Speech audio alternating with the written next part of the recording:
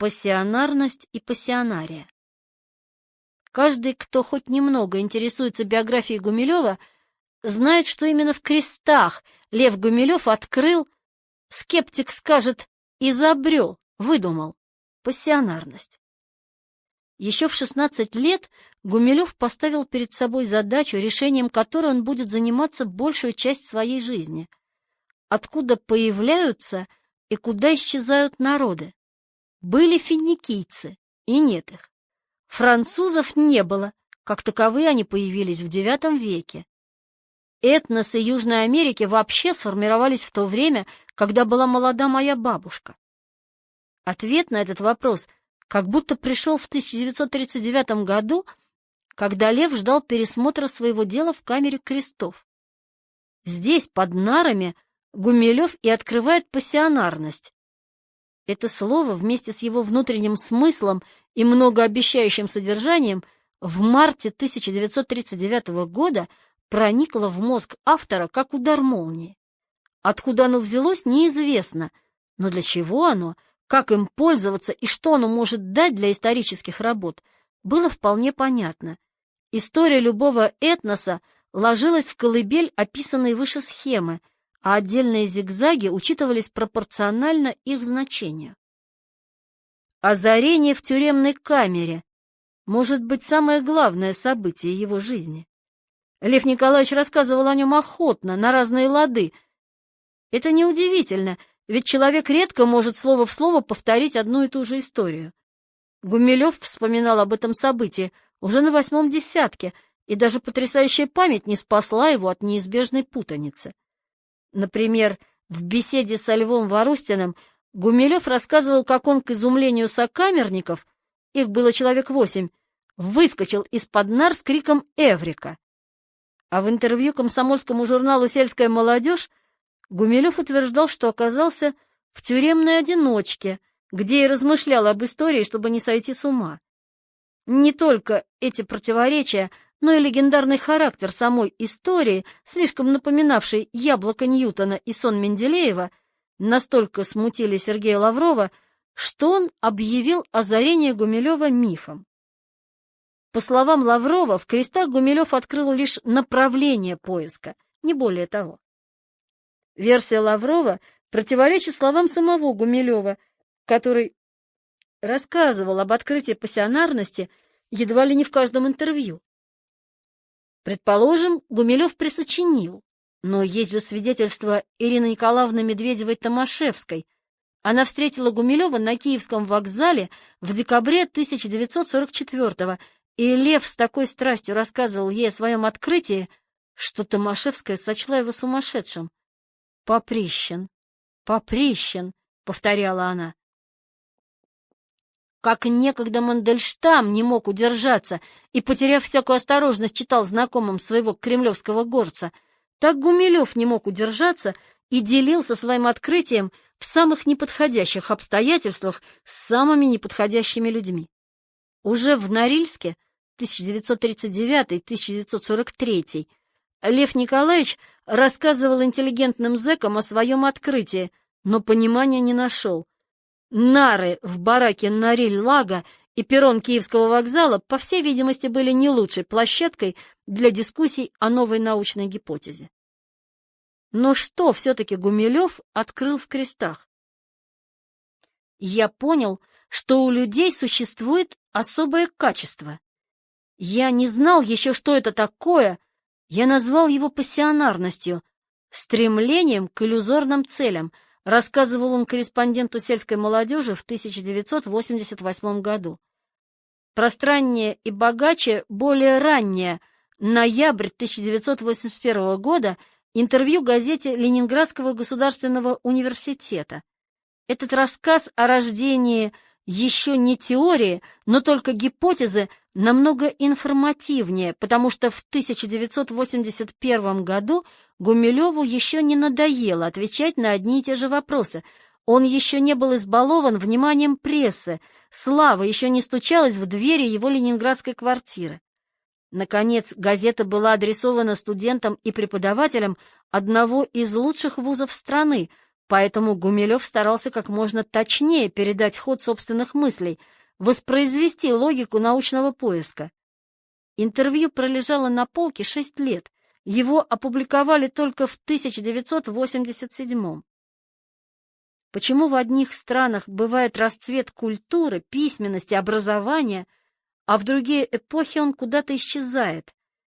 Как в Исландии, где сейчас нет неграмотных, но нет и крупных ученых, а там же в XII веке были записаны саги мирового значения. Это явление обратило мое внимание, когда я был еще студентом. Я понял, что развитие каждого народа должно чем-то измеряться, но измерять его количеством произведений искусства и литературы неверно, так как их создают не народы, а отдельные люди, исключения.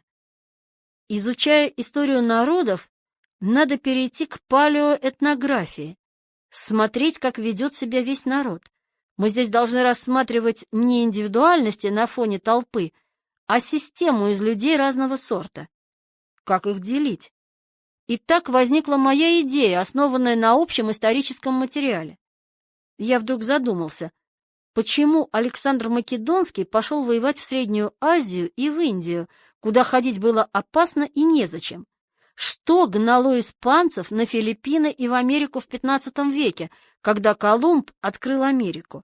Они теряли в среднем 80% личного состава от болезней, голода, от сражений с туземцами, а 20% возвращались, как правило, больными. А наши землепроходцы прошли от Великого Устюга до Охотского моря. В эпоху XV-XVI веков корсары бороздили просторы Тихого океана, а в XIX веке их потомки стали клерками. В чем тут дело? И тут я нашел одно слово — сила страсти, пассионарность. Когда человек действует и не может не действовать вопреки инстинкту самосохранения, который существует в каждом из нас. Но антиинстинкт, пассионарность, влечет человека к целям часто иллюзорным, и действительность приносится в жертву иллюзии. Гумилев открывает явление и обозначает его новым понятием — пассионарность. Но природа этой пассионарности ему не ясна. Он лишь предполагает, за иррациональными, необъяснимыми с прагматической точки зрения действиями людей стоит какая-то сила. Более того, есть связь между количеством носителей пассионарности и жизнеспособностью народа. Гипотеза о пассионарности появилась не на пустом месте, так что скептицизм Лаврова не обоснован. Решение не пришло Гумилеву свыше, ведь интуиция ученого — результат многолетней напряженной работы. «Что такое интуиция?» — спрашивает поэт и математик Владимир Губайловский.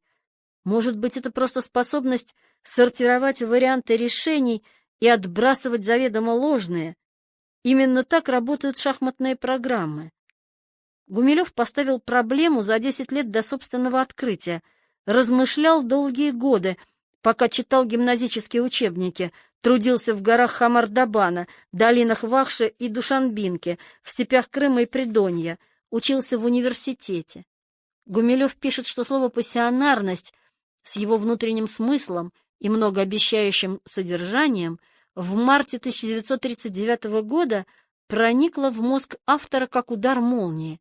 Но этой вспышке предшествовала долгая подготовка, постоянная работа мысли. Само же слово «пассионарность» Гумилев произвел от латинского «passio» — «страсть», но этимология пассионарности этим не исчерпывается. На форуме сайта Гумилевика есть версия. Слово «пассионарность» возникло под влиянием образа испанской революционерки Долорес Ибаррури, которую называли «ла пассионария». Логике вещей это не противоречит. Слово «пассионария», известное хотя бы из газет, радиосообщений и политинформаций, могло сохраниться в бессознательном Льва Николаевича и выплыть оттуда уже в совершенно ином, нужном Гумилеву контексте. Впрочем, сама Долорес Ибаррури, несомненно, относилась к тому типу людей, что Гумилев называл пассионариями. Шпенглер и Гумилев. Творческое озарение приходит из бессознательного, но ведь в бессознательное должны попасть какие-то исходные идеи, представления, образы, из которых потом появится новая, оригинальная мысль. Идею пассионарности заимствовать было неоткуда, зато на Гумилева должен был повлиять сам интеллектуальный климат эпохи. Теория Гумилева должна была родиться именно в первой половине XX века, когда традиционную для сознания европейца веру в разум и рациональность мироздания разрушали с двух сторон философы-иррационалисты и ученые-позитивисты. Первые считали, что действиями людей руководят безличные иррациональные силы, мировая воля, воля к власти или жизненный порыв. После мировой войны популярность этих идей, высказанных впервые еще в XIX веке, только росла. Позитивисты же искали объяснение человеческих поступков в биологической природе человека, обращались к естественным наукам. Когда говорят о влиянии других мыслителей на Гумилева, то прежде всего вспоминают Шпенглера, Данилевского, Леонтьева, Тойнби, евразийцев. Культуролог Константин Фрумкин в пассионарности Гумилева находит много общего с порывом Анри Бергсона и харизмой Макса Вебера.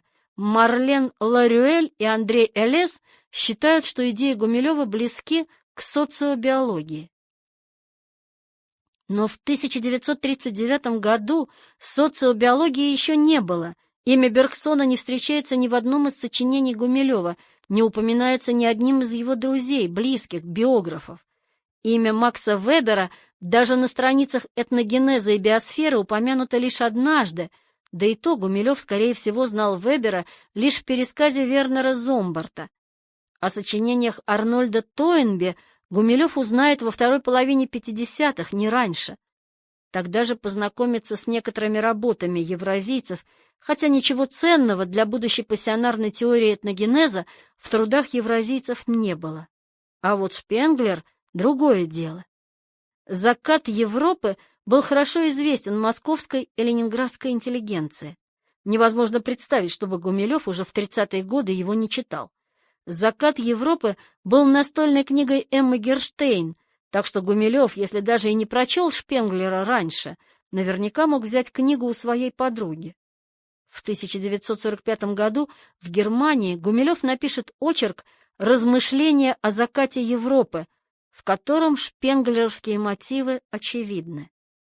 Человечество разделено на несколько культур, Шпенглер, культурно-исторических типов, Данилевский.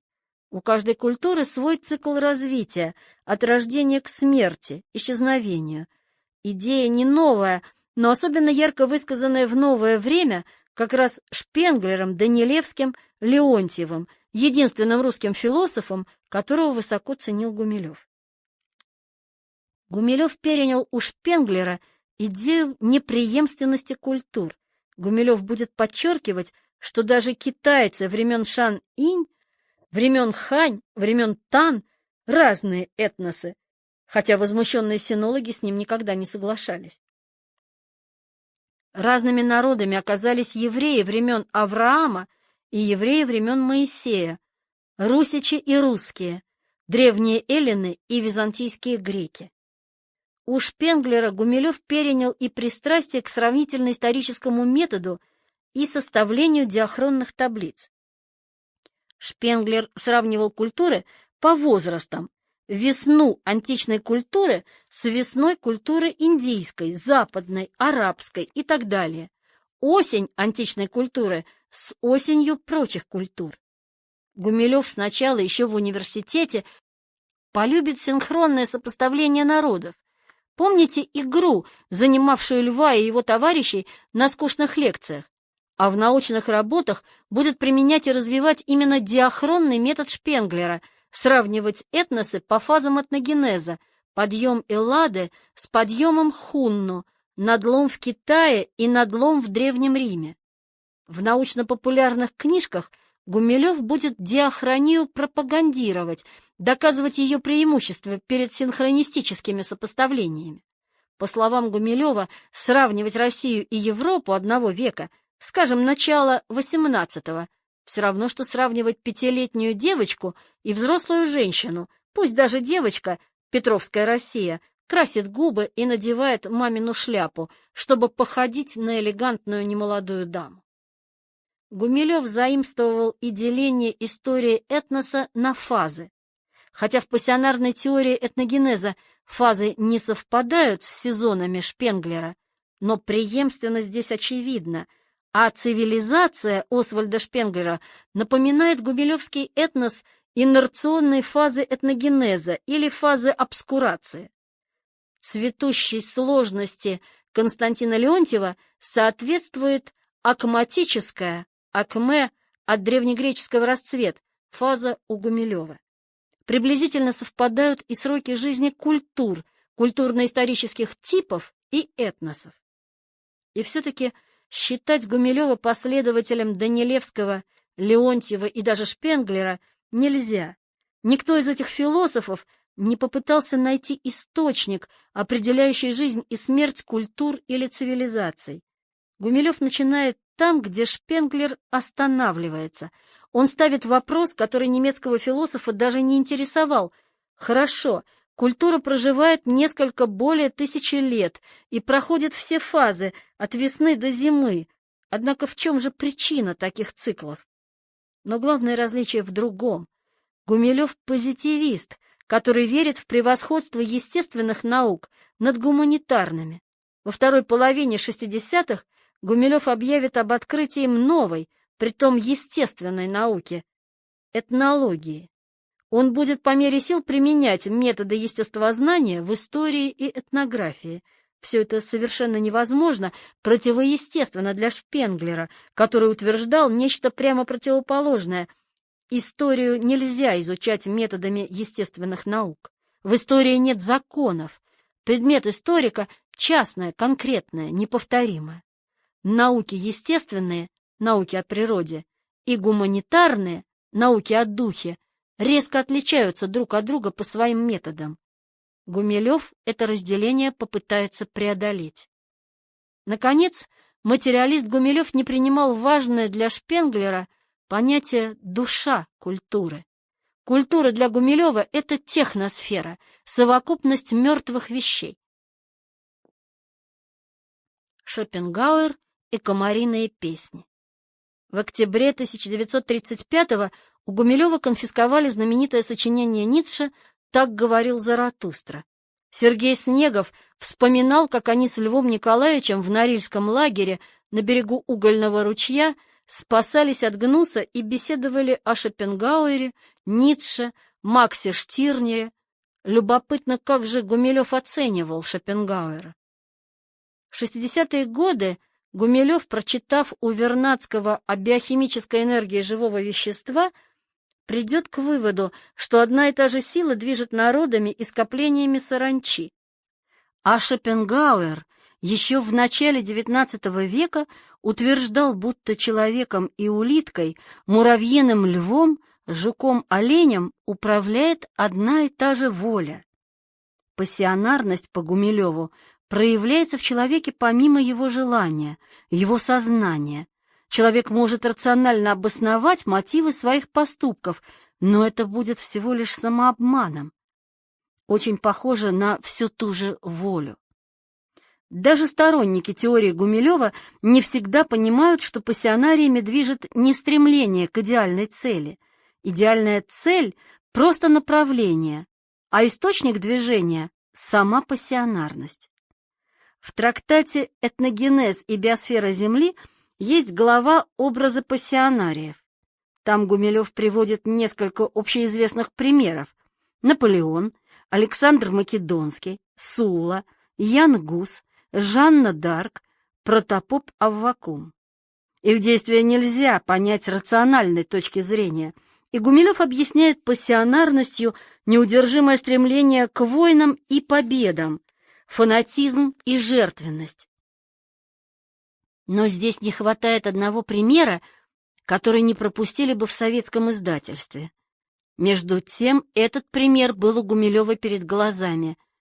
Лев Николаевич не мог о нем не вспомнить еще под нарами крестов. Самоубийственное стремление Мандельштама читать и читать свои стихи о кремлевском горце иначе как проявлением какого-то странного антиинстинкта не объяснить. «Это не поэзия, а самоубийство», — говорил ему Пастернак, к счастью для себя и для русской поэзии менее пассионарной. «Что вы делаете? Зачем? Вы затягиваете петлю у себя на шее», — пыталась образумить поэта Василиса Георгиевна Шкловская-Корди. Но Мандельштам отвечал, едва ли не повторяя Лютера: «Не могу иначе».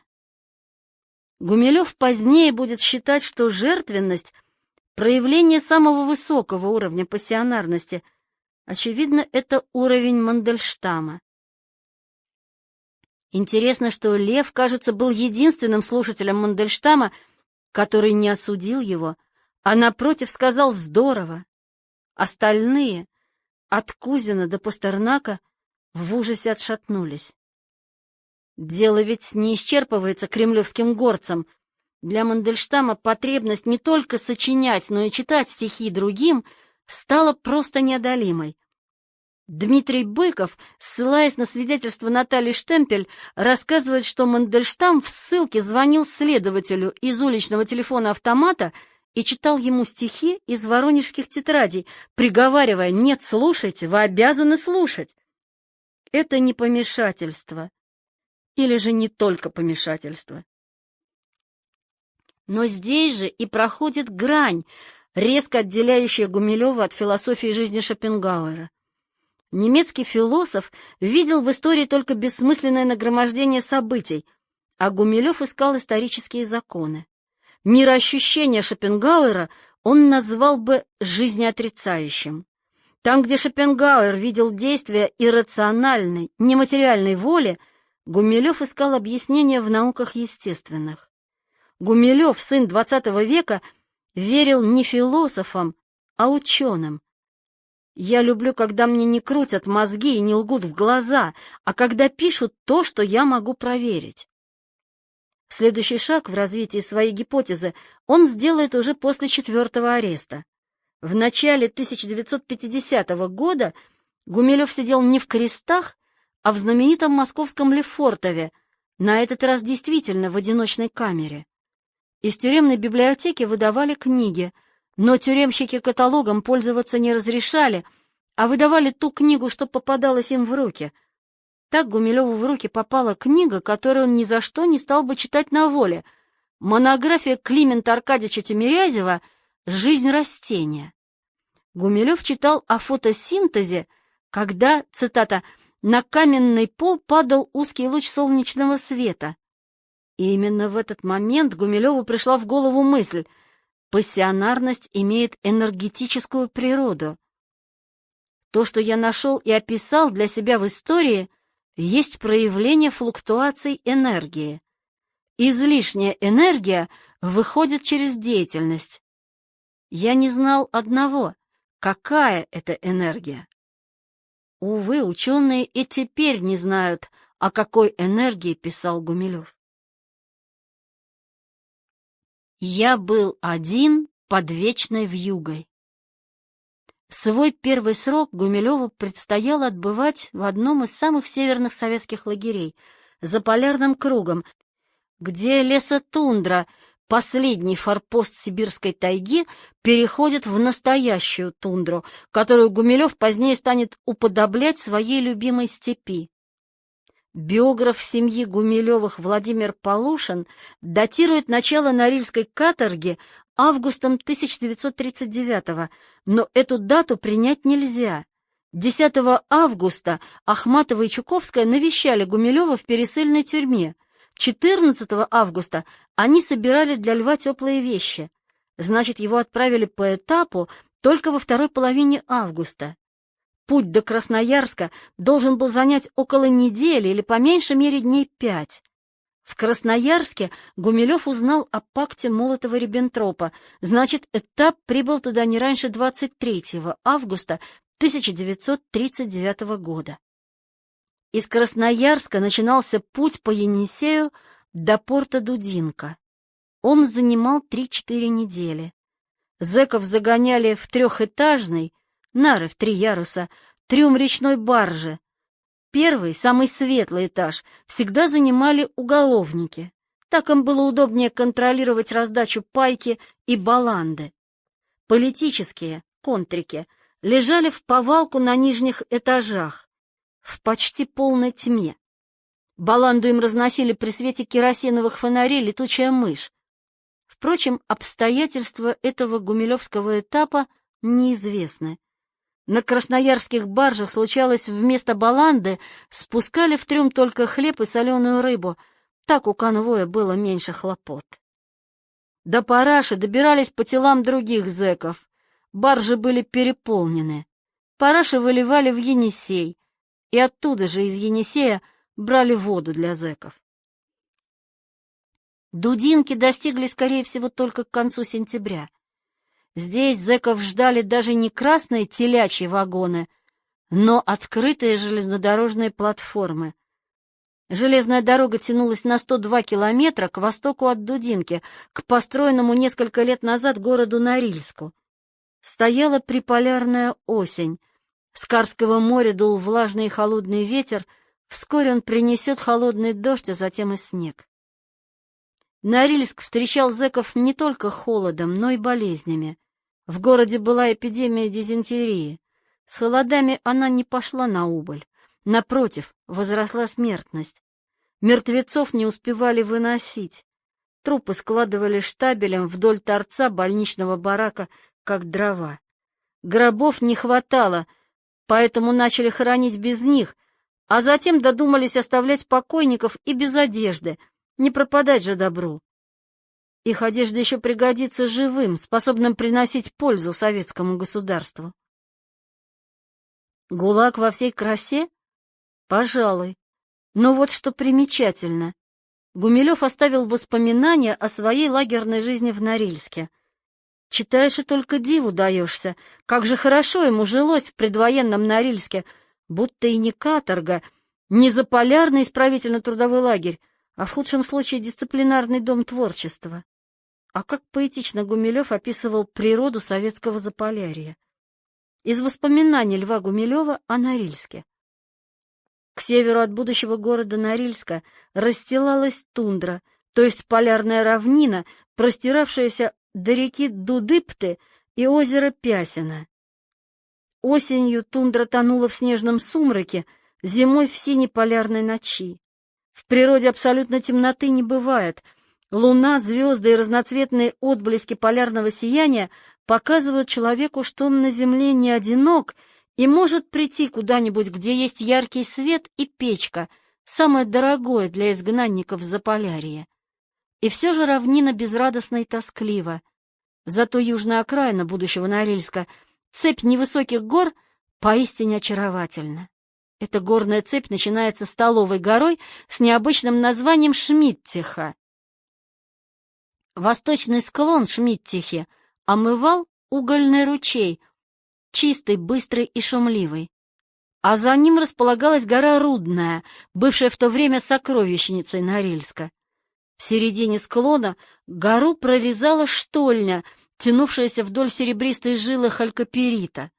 Эта штольня казалась нам блаженным приютом, ибо в ней была постоянная температура, -4.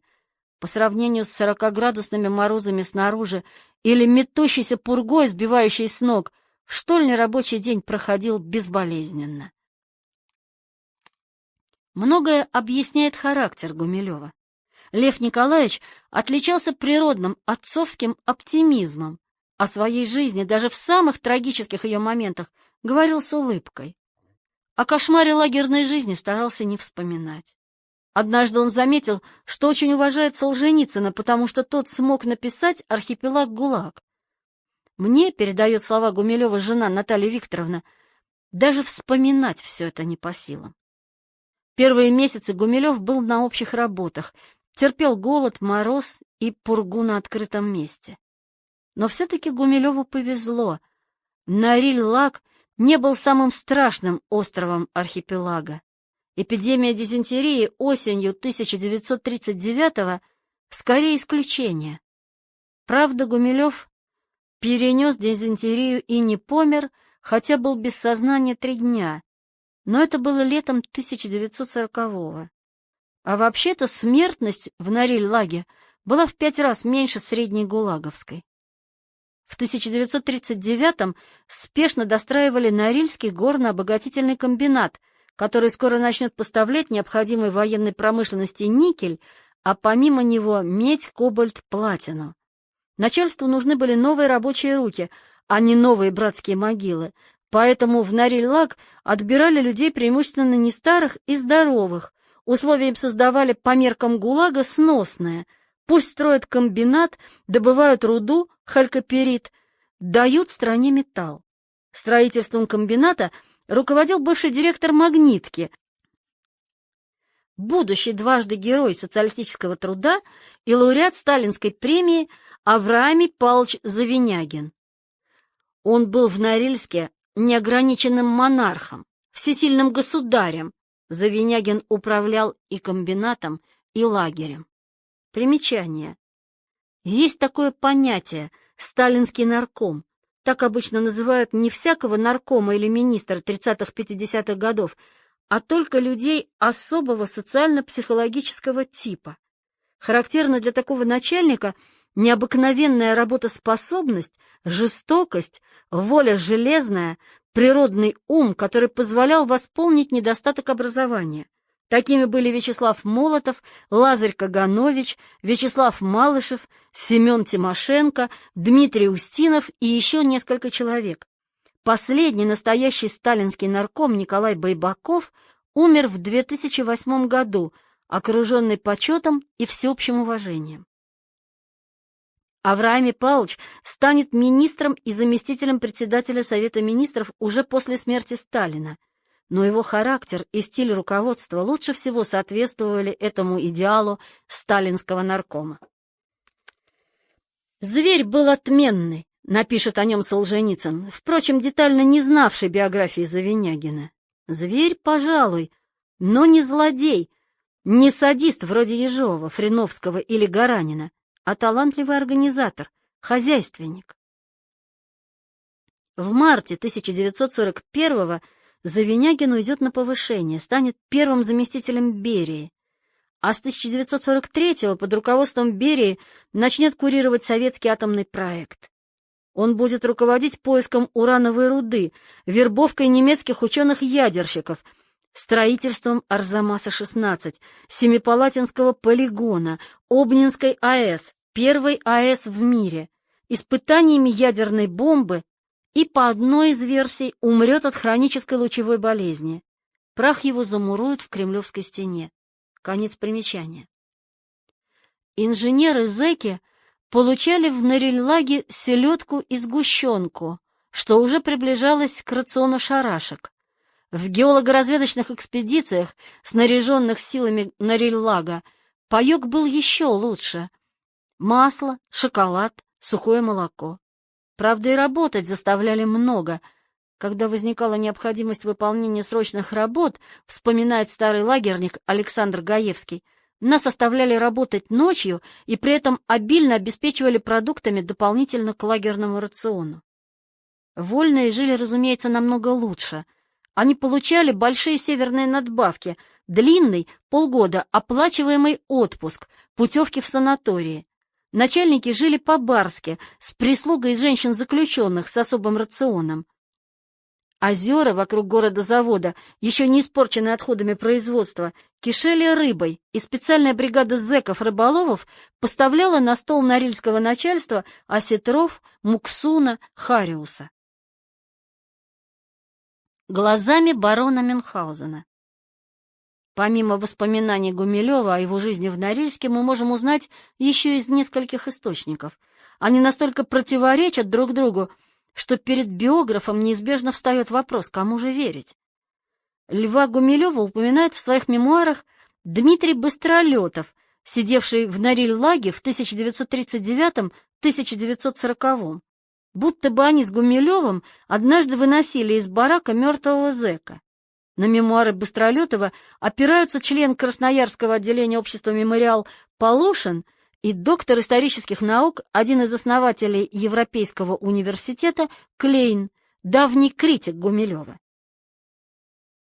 По словам Быстролетова, Гумилев был в Норильлаге настоящим беззубым доходягой, жил в бараке самых отпетых урок, спал под нарами, всячески унижался зэками и вообще, цитата, имел унизительный статус чумы.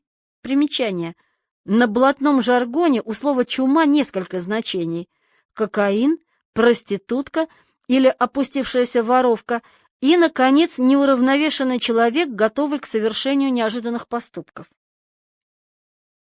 При этом он умудрялся заниматься научной работой, писал диссертацию на тему гунны, а рукописи хранил в особом деревянном седле, которое зачем-то таскал на спине. Это была патетическая фигура, смесь физического уничтожения и моральной стойкости, социальной обездоленности и душевного богатства.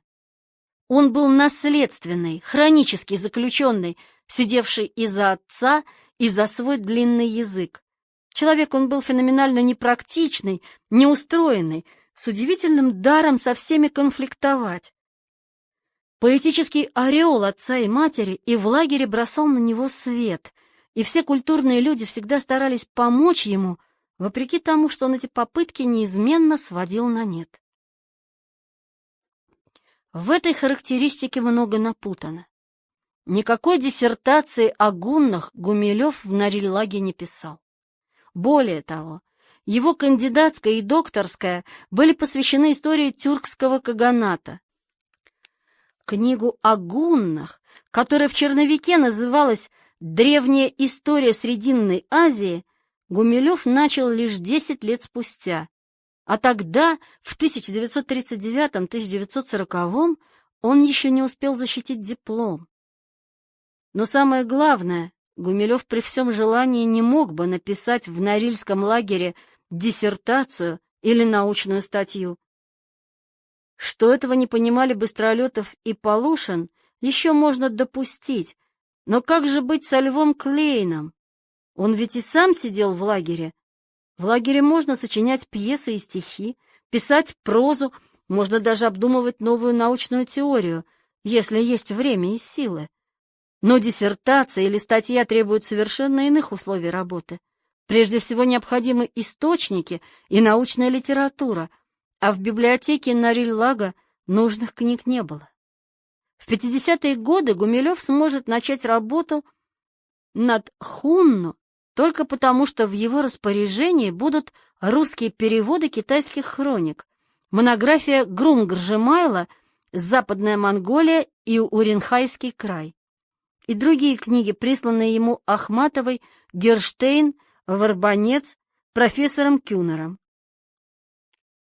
В предвоенный и военный Норильск посылать книги было невозможно. Ни в одном из источников, кроме мемуаров Быстролетова, нет упоминаний о лагерной работе Гумилева над диссертацией. Ни разу не писал об этом и сам Гумилев.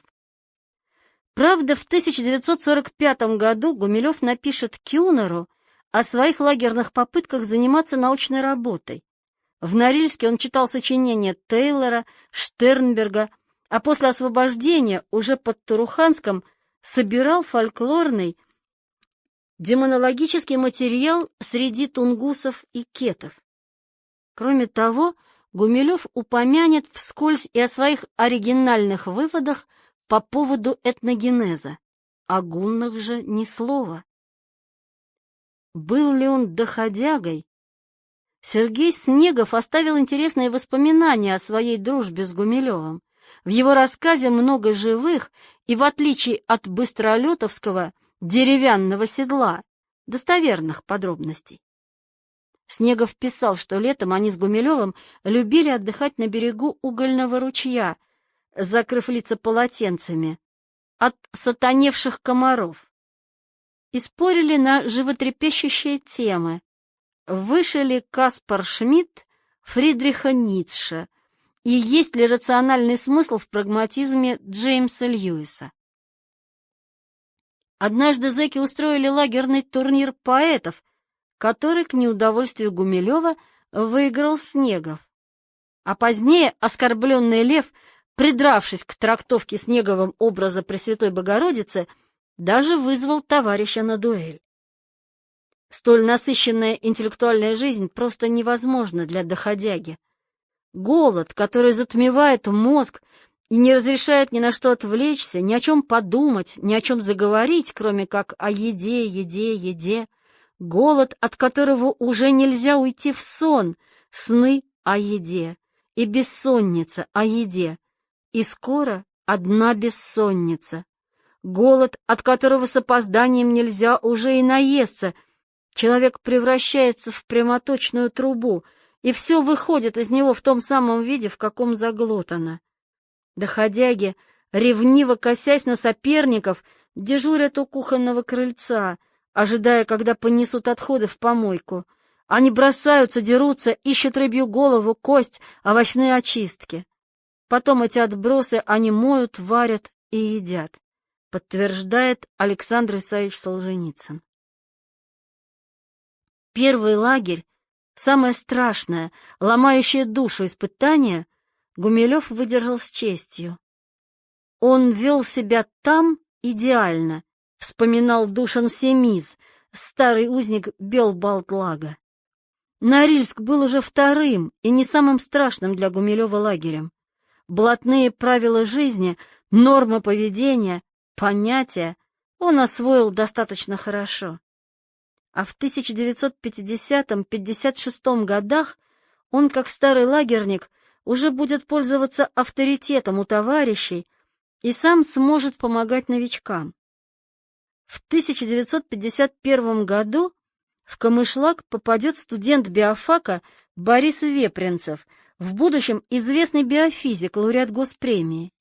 Под опеку молодого зэка возьмут дипломат и востоковед Марк Исаакович Казанин и Лев Николаевич Гумилев. Если в сочинении Быстролетова столько принципиальных ошибок, то логично предположить, что фантастический рассказ о деревянном седле и о чуме — такая же выдумка, сочинение, которое Гумилев принял бы за клевету. Дмитрий Александрович Быстролетов — врач-гинеколог, художник, писатель, сценарист и даже советский разведчик, фигура занятная. Его биография полна мистификаций.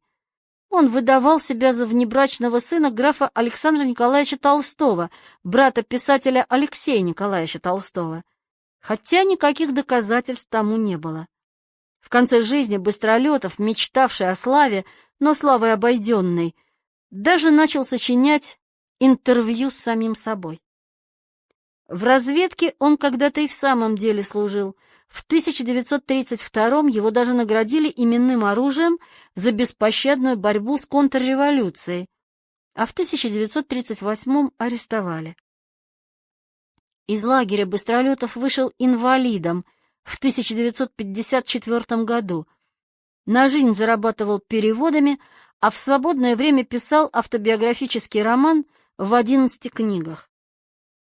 Примечание. В 1966 году Быстролетов предложил свое творческое наследие, 5000 машинописных листов, на хранение в Государственную библиотеку имени Ленина, но сотрудники Ленинки, просмотрев рукописи, вернули их автору.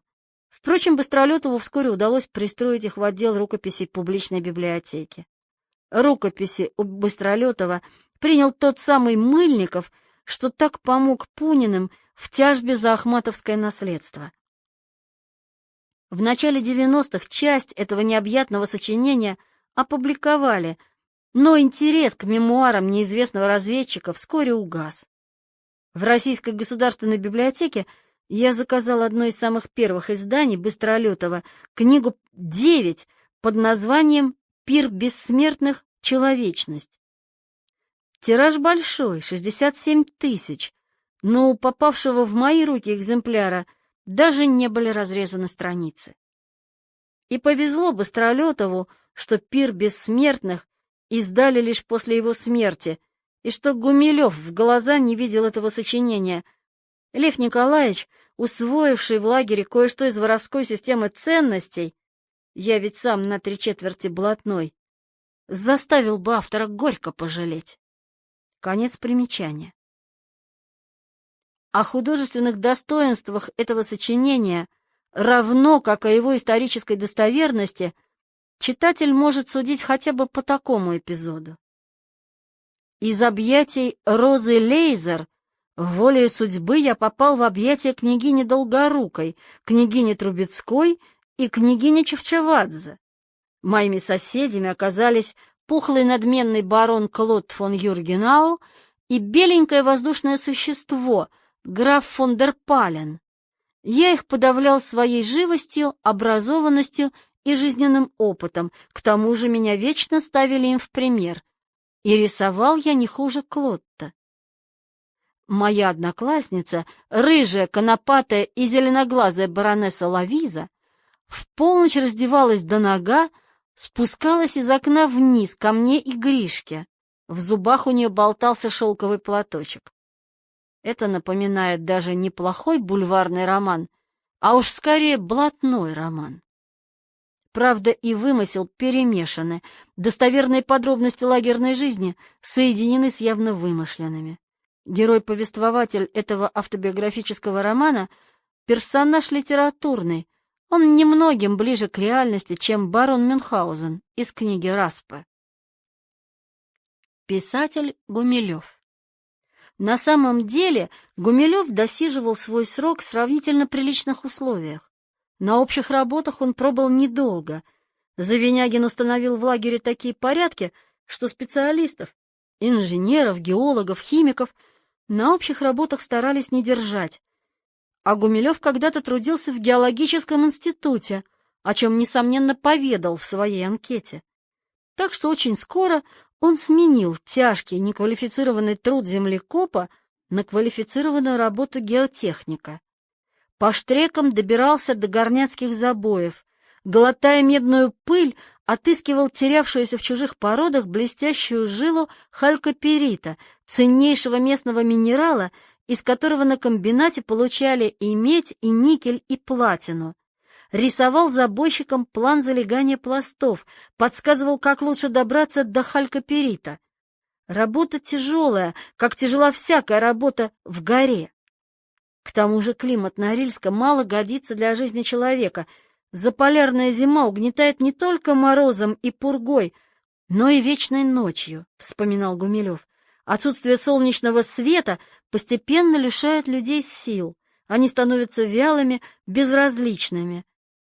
Вот почему всем тогдашним норильчанам памятен день 25 января, когда на склонах гор загораются отблески еще невидного солнца.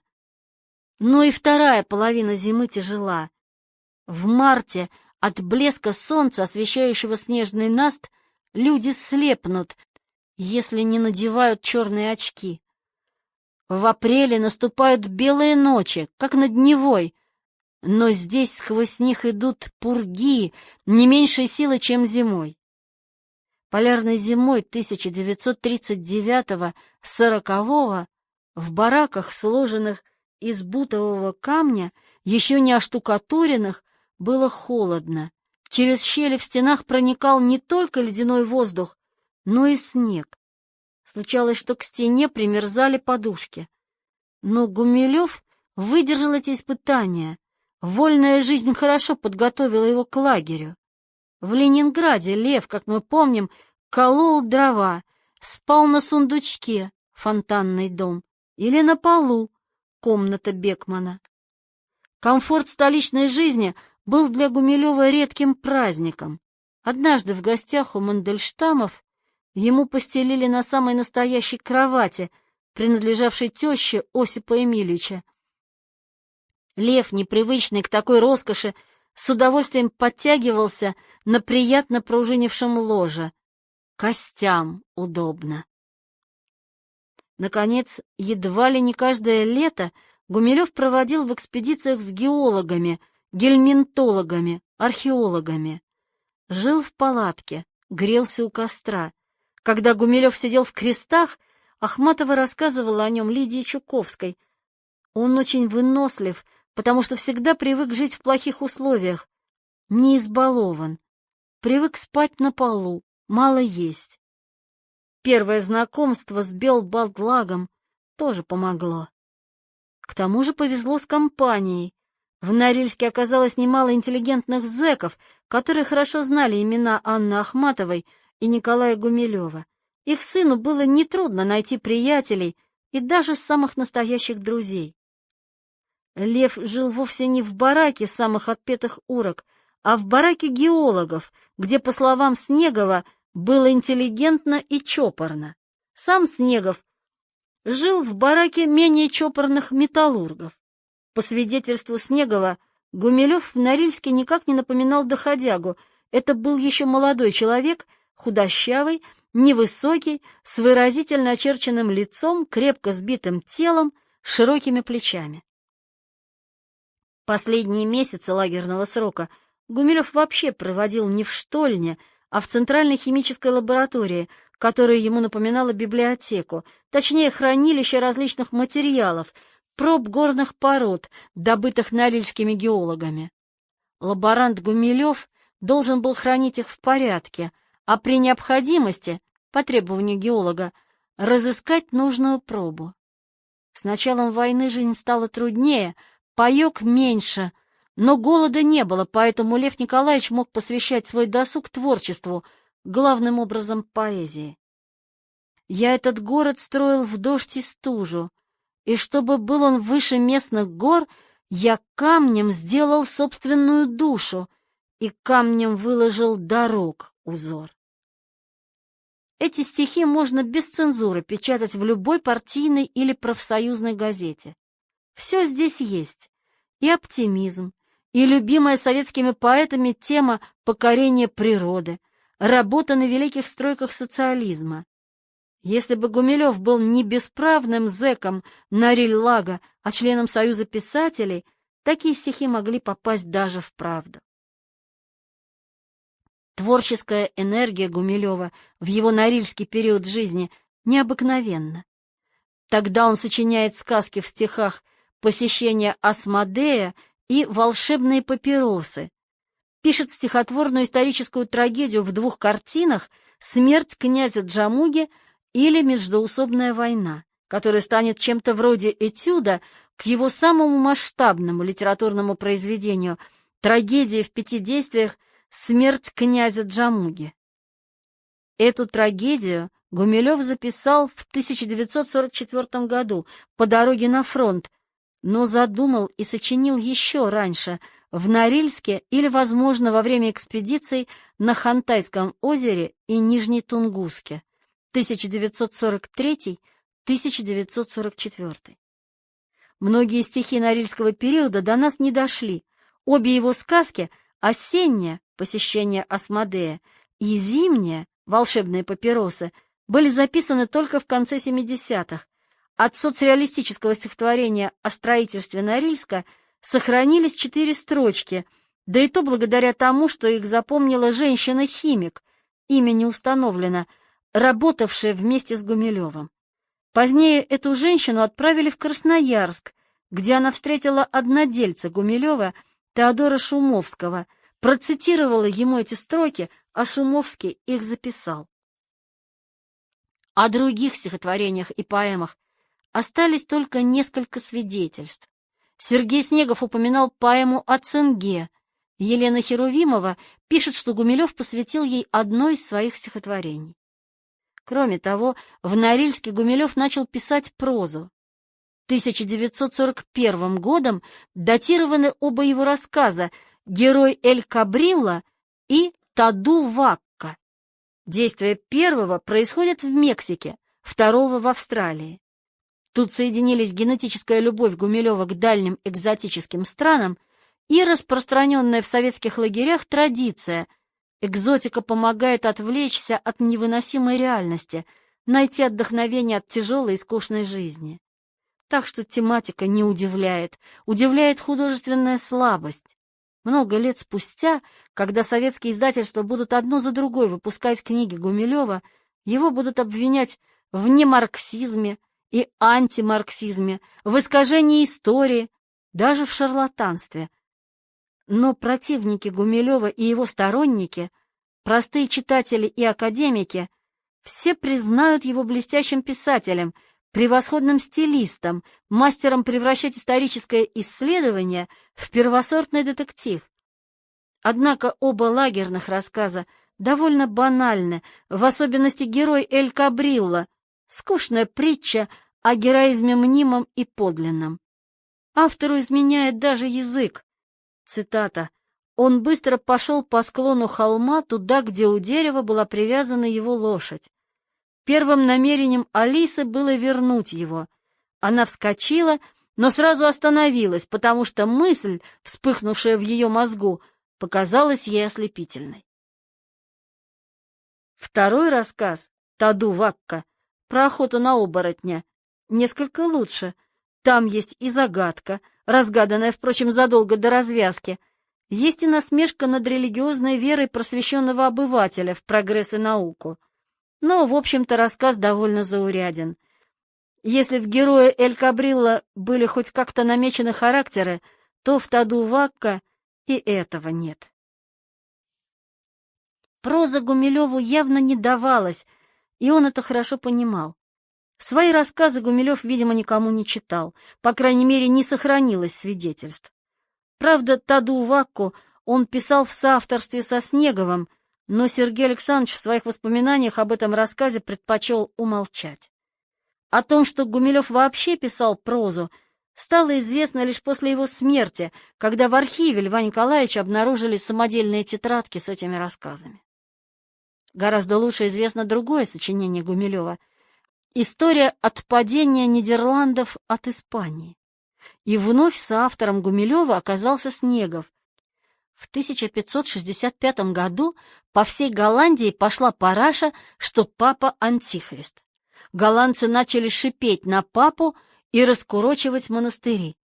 Римская курия, обиженная за пахана, подначила испанское правительство. И все в таком же духе. В наши дни это один из самых цитируемых художественных текстов Гумилева, уступающий разве что стихотворению «Огонь и воздух». Дар слов, неведомый уму. В какой-то школе на уроке русского языка его уже пытались использовать как учебное пособие. У сочинения Гумилева-Снегова были свои литературные предшественники: «Голубая книга» Зощенко и «Всемирная история», обработанная сатириконом. Но Аверченко, Дымов и другие просто издевались над очень хорошими учебниками Иловайского, хихикали над великими мужами, расшатывали основы. Уже в 1920-е, когда учебники Иловайского из школы изъяли, а преподавание истории отменили, сочинение сатириконовцев покрылось музейной пылью. Зощенко же перевел несколько случаев из древней и средневековой истории на язык советского обывателя и написал неожиданно глубокую книгу о неизменности человеческой природы. Для Гумилева история отпадения Нидерландов была прежде всего литературной игрой, рассчитанной на интеллигентного, но уже искушенного в блатном жаргоне и воровских понятиях зэка. Впрочем, сочинение о религиозной революции в Нидерландах, написанное в жанре блатного романа, можно как роман и читать. Блатные романы сочиняли и рассказывали наиболее начитанные и артистичные зэки, обычно полуцветы, то есть нормальные люди, фраера, подражающие ворам, своим товарищам, преимущественно уркам. Так они приобретали некоторый авторитет в глазах урок, вообще не считавших фраеров за людей. В населении тогдашнего Норильска преобладали заключенные, а половину норильских зэков составляли уголовники. Гумилев, хотя и жил в геологическом бараке, не мог избежать общения с ними. Зато он, ни вор, ни грабитель, ни убийца, мог приобрести авторитет в глазах урок именно как рассказчик интересных историй или сочинитель романов. В 1949 году Гумилев рассказывал Марьяне Гордон, своей крестнице и подруге, что был у блатных романистом. С урками в Норильске Гумилев по меньшей мере не враждовал. «Мой знакомый убийца», — рассказывает Гумилев об одном из своих собеседников, уловившем, по словам Льва Николаевича, абстрактный принцип мирового зла. Интересно, что уголовник Ванька Свист в сказке «Волшебные папиросы» — положительный герой. Он намного симпатичнее политика и критика, служителей того самого мирового зла. И все-таки Гумилев больше общался с интеллигентными людьми, благо таких в Нориль-Лаге было множество. Помимо физика-поэта Сергея Снегова, среди норильских друзей и приятелей Гумилева были поэт Михаил Дорошин, Миша, химик Никанор Палицын, инженер, знаток Ренессанса, любомудр и поклонник поэзии Евгений Рейхман и астрофизик Николай Козырев, впоследствии ставший известным ученым, одним из авторов теории Козырева Чандрасекара. Николай Козырев сидел еще с ноября 1936-го, когда его, только что уволенного из Пулковской обсерватории, арестовали как участника фашистской троцкистско-зиновьевской террористической организации «Пулковское дело». Многих его подельников-астрофизиков расстреляли, многие умерли в тюрьме, но Козырев выжил и в январе 1941-го получил новый срок. Козырева обвинили в том, что он придерживался теории Фридмана и Хаббла о расширении Вселенной, ныне общепринятой, что любил стихи Есенина и заявил, будто бытие не всегда определяет сознание. Козырева привезли в Нориль-Лаг только летом 1942-го, но именно там он, по словам Гумилева, обрел славу. Сидя на нарах, он рассказывал интеллигентным зэкам, что Вселенная ограничена и имеет форму сферы, а что есть за ее пределами, неизвестно. Это поразило всех слушателей настолько, что даже военные новости, сообщаемые вольнонаемными сотрудниками комбината, вольняшками, не могли отвлечь внимание от потрясающих сведений о космосе и хаосе. Имена Эйнштейна, Леметра, Дирака, Больцмана потрясли слушателей. Лагерные лекции Козырева пробудили у Гумилева интерес к естественным наукам, без которого никогда не было бы пассионарной теории этногенеза. Примечание. Николай Александрович принадлежал к той же категории ученых, что и Гумилев, и, например, Чижевский или Гурвич. Идеи и открытия этих ученых подчас выглядят уж очень непривычно, странно. Коллеги не всегда их понимают, случается, подозревают в шарлатанстве, даже называют псевдоучеными. Чижевского еще при жизни многие серьезные ученые считали выдающимся естествоиспытателем, сравнивали с Леонардо да Винчи, выдвигали на соискание Нобелевской премии, называли одним из гениальных натуралистов всех времен и народов. А в 1939-м заочно избрали почетным президентом Первого международного биофизического конгресса. В то же время другие ученые ставили его не слишком высоко, считали в лучшем случае романтиком, а, например, Заводовский, выдающийся биолог, называл Чижевского авантюристом не только в диспутах с коллегами, но и, что гораздо хуже, в кабинете следователя НКВД. Положение Козырева в научном мире было столь же неоднозначным. Он был довольно известным ученым, астрофизиком, но его идея о вулканической активности на Луне и особенно о природе времени в науке встретили скептически. Тем более, что Козыреву не удалось найти экспериментальное подтверждение своим гипотезам. Конец примечания. Гумилев и позднее будет с интересом следить за судьбой Козырева. Не может быть, чтобы умную и верную мысль никто не понял и не оценил. Если за ближайший год он не станет первым физиком мира, то значит он просто академ-придурок. Первым физиком мира Козырев не станет, но и в академ-придурке его записывать несправедливо. Сам же Лев Николаевич со временем убедится, что признание научного сообщества, даже перспективная научная идея, получает не всегда. По крайней мере, не сразу. Гумилевскую теорию этногенеза до сих пор не признает большинство историков и этнологов. Самого же Гумилева в лагере считали не историком, а поэтом, достойным своих великих родителей.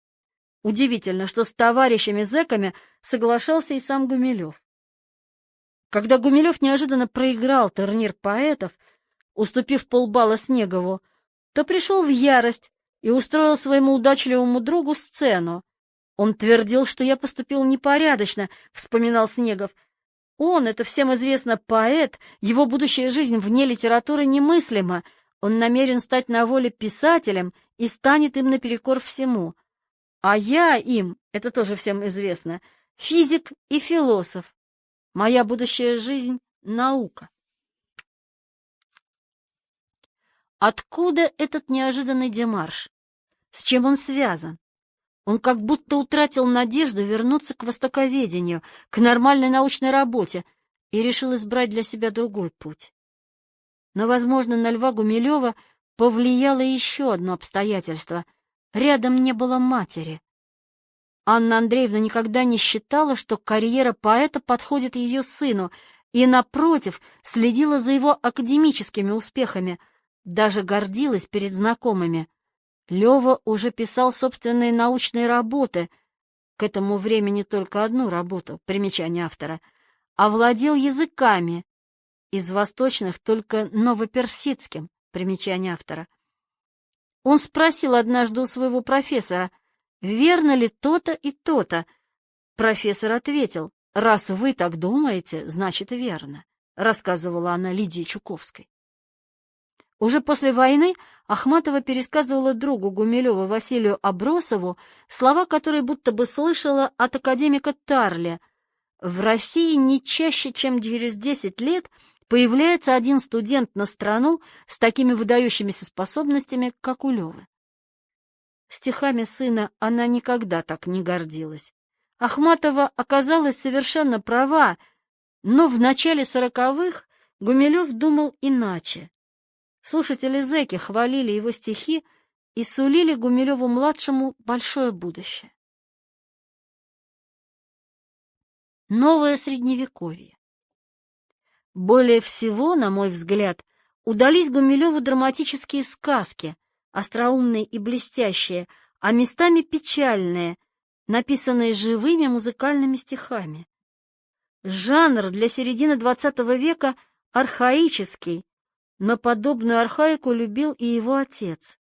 Придирчивый читатель, тем более литературовед, укажет на эклектизм посещения Асмодея, в котором переплелись легенда о Фаусте, комедия дель арте и балаганчик Александра Блока. Совершенно оригинальными эти сказки сделало религиозное мировоззрение Гумилева. В детстве Лёва, крещеный, как и полагается, в православную веру, усвоил и некоторые основы православного взгляда на мир. Уже в 1949 году, во время нового следствия, он признается, на формирование моей идеологии повлияла семейная традиция. Моя мать, Ахматова Анна Андреевна, тоже человек религиозный.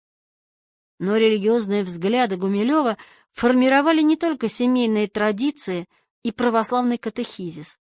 Фантасмагорическая реальность сталинской России повлияет на его мировоззрение не меньше, отпечатается на нем, как на необожженной глине. Писатели и поэты Александр Солженицын, Анна Ахматова, Михаил Булгаков, Лидия Чуковская и даже Аркадий Гайдар передали реальность большого террора не только намного раньше, но и лучше историков. Дело здесь в особенностях художественного мышления. Террор, задуманный с циничным прагматизмом, выродился в явление бессмысленное и совершенно иррациональное. Люди рационального склада просто недоумевали, не могли понять, что происходит. Логика научного познания была здесь бессильна. Бьют, пока человек не сознается, в чем угодно, хоть в изготовлении бомб. Одно только непонятно, зачем, недоумевал физик Матвей Бронштейн. Допустим, Матвею Петровичу не хватило времени, чтобы осмыслить происходящее. Он сам вскоре стал жертвой террора. Но вот маршал Жуков, человек, одно время приближенный к верховной власти, даже много лет спустя так и не понял, что же случилось. В стране создалась жуткая обстановка. Никто никому не доверял, люди стали бояться друг друга, избегали встречи каких-либо разговоров. Развернулась небывалая клеветническая эпидемия. Советские люди от мала до велика не понимали, что происходит, почему так широко распространились среди нашего народа аресты. В отличие от ученого и военного, Надежда Яковлевна Мандельштам не стала искать разумного объяснения происходящему. Все равно бесполезно. Поэтому она намного ближе подошла к сути происходящего. Столкновение с иррациональной силой, иррациональной неизбежностью, иррациональным ужасом. Бердяев, не видевший большого террора, но уже переживший Первую мировую, писал о новом Средневековье. XIX век, светлый и ясный день человечества, окончился. Наступила ночь. Он предполагал, что наступила надолго, и призывал готовиться к нескольким столетиям сумерек и тьмы. Бердяев ошибся, но идея нового Средневековья неожиданно отозвалась на родине Бердяева, отозвалась в рыцарских нарядах булгаковского Воланда и его свиты и в стихах Льва Гумилева. Средневековьем пренебрегать мы больше не должны. Оно прижалось к нашим изголовьям. Не нам оно, а мы ему нужны. В гудках авто, в громадах серых зданий и блеске электрических огней не слышно нам старинных заклинаний, не видно оживающих камней. А между тем, как прежде, правит смертью и тусклой жизнью только пустота. Над крышами домов кружатся черти, и ведьма гладит черного кота. Иррациональная сила. Михаил Булгаков нашел ей имя, но «Мастер и Маргарита» и сказки Гумилева совершенно противоположны друг другу. Воланд у Булгакова жестокий, но справедливый владыка этого мира. Дьявол вершит работу, слишком грязную для Иешуа и Левия Матвея. Неприятную работу, но необходимую. Что бы делало твое добро, если бы не существовало зла, и как бы выглядела земля, если бы с нее исчезли все тени? Невинных жертв нет, всем воздается по заслугам. Посещение Асмодея — история о том, как бес, дух зла, пытается обманом, угрозами и силой отнять души у тупого и сластолюбивого профессора-марксиста и двух студентов — Арлекина и Пьеро. Профессору до Фауста далеко. Асмодей, бес-соблазнитель, легко и недорого покупает его душу. Завистливый профессор, увидев за соседним столиком девушку Коломбину в компании Арлекина и Пьеро, просит беса устранить соперников. Асмодей с готовностью обещает: «Мы приведем, стремясь спокойно к цели, юнцов в тюрьму, а девочку в постель». Дело сделано наполовину. Асмодей, притворившись мудрым сокамерником, уговаривает Арлекина и Пьеро, затем пытается их соблазнить, обернувшись девицей. Наконец, ничего не добившись, Асмодей оборачивается следователем в чекистской, знак вопроса, форме и силой заклинаний принуждает студентов отдать дьяволу свои души. 40 сов собрались во тьме. Меркнет тьма под ударами крыл. Хеляме, хеляме, хеляме! Черный ветер, исполненный сил, пронесись, пронесись по тюрьме улетающим совам вослед. Наманые манги хеляме, Бафомет, Бафомет, Бафомет. Покатись, покатись, покатись, в мир подземный бездонен поклон, опрокинься над звездная высь, пополам раскались, небосклон. Из глубокой подземной воды выплывает полуночный свет. Нере, Нере, Чулып, Чулукды, Бафомет, Бафомет, Бафомет. После третьего заклятия студенты молят о пощаде, но товарищей спасает животворящий крест. Асмодею придется довольствоваться только душой профессора-марксиста. Мироздание в сказке Гумилева делится четко пополам. Добро и зло, свет и мрак. Добро — это жизнь, радость и бытия, это дружба, любовь, в том числе любовь плотская. А зло чуждо жизни. Оно приходит откуда-то извне, уничтожая все вокруг, губя и тела, и души. Абсолютное мировое зло никак не связано с мелким, земным, бытовым злом, которое терпимо, как неизбежная и необходимая часть окружающего мира. Эта мысль еще яснее подана в зимней сказке «Волшебные папиросы». Ее герои — люди и оборотни, нежить.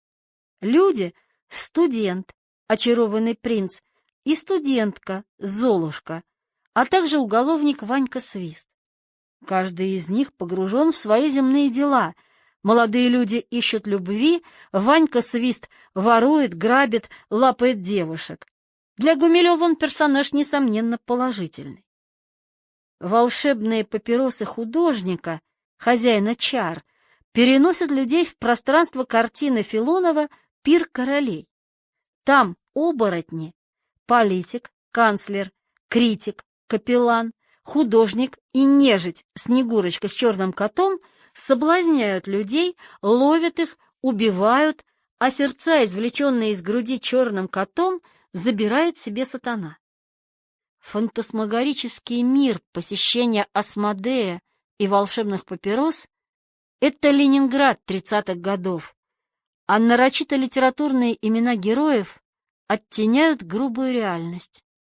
Пьеро после третьего заклятия умоляет Асмодея, как бывалый зэк-следователя: «Начальничек, пусти, я подпишу». «Спасайтесь, черный автомобиль!» — кричит Золушка принцу и Ваньке Свисту. Город находится во власти сил зла. Над этой столицей опальной недаром смеется луна, недаром здесь бродит печальный и алчущий дух — сатана. Сатана и его слуги творят зло ради зла. Большой террор — лишь одно из множества проявлений этого абсолютного зла, которое, однако, постоянно вторгается в жизнь человека, повсюду подстерегая его. Зло и жизнь — извечные враги, два равноправных начала. Так у Гумилева сложилось дуалистическое мировоззрение, довольно-таки далекое от христианской ортодоксии. Со временем он назовет дуализм биполярностью, а поэтические образы попытается перевести на язык науки.